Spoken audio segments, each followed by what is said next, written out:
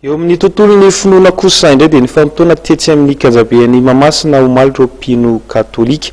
Lanonana telo sosina be zao no nankalazain'ny fiangonana katolika tiany antoerana nandritra izany ka isan'izany ny nandraisan'izy ireo ny taolambaliny Masimbavy Terezin'i Jesoa zazakely sy ny ray aman-dreny. Voromaro ireo mpino katolika omaly ny famotoana tetsy amin'ny kanjabe Mahamasina.